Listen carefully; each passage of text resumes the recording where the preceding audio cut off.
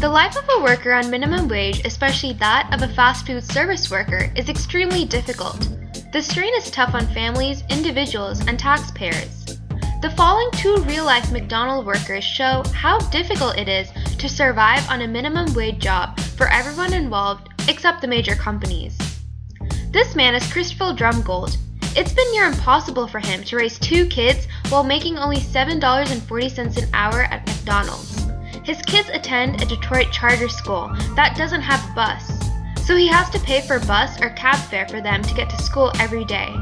He pays about $100 on childcare and another $100 on prescription drugs. Now let's look at Kyle Steele, who tries to save as much as he possibly can by getting food at McDonald's, one of the only benefits the company provides to its workers. Each month, Kyle Steele gives half his paycheck to his daughter's mother. What's left is not enough to pay his gas and car insurance bills. He tries to keep food costs down by eating most of his meal at McDonald's. His gas bill at $160 each month eats up a big portion of his budget. He said he often borrows money from friends and family to get by.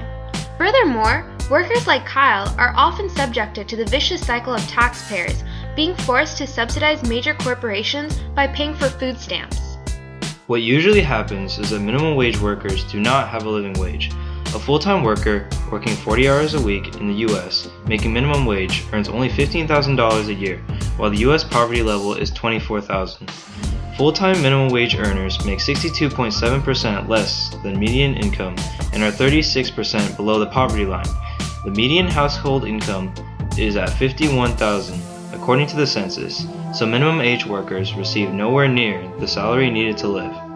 Usually, to make money, these workers spend the stamps at the same places where they are paid minimum wage, like Walmart. After decades of wage cuts and health benefit rollbacks, more than half of all state and federal spending on public assistance programs goes to working families who need food stamps, Medicaid, or other support to meet basic needs.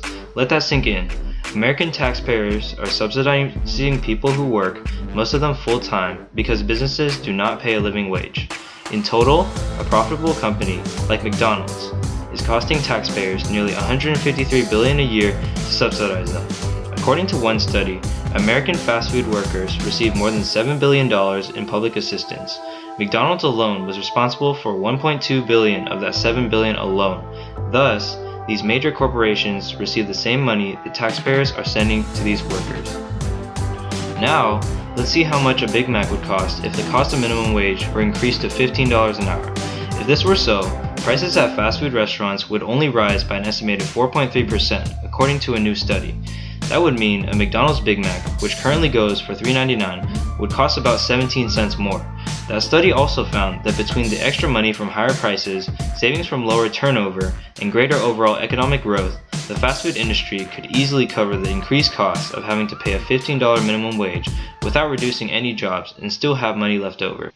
That's all for a $15 minimum wage, and we're only advocating for an increase to $10.10. The price for food would increase even less than 17 cents, and the companies paying for this new minimum wage would not have to pay that much more.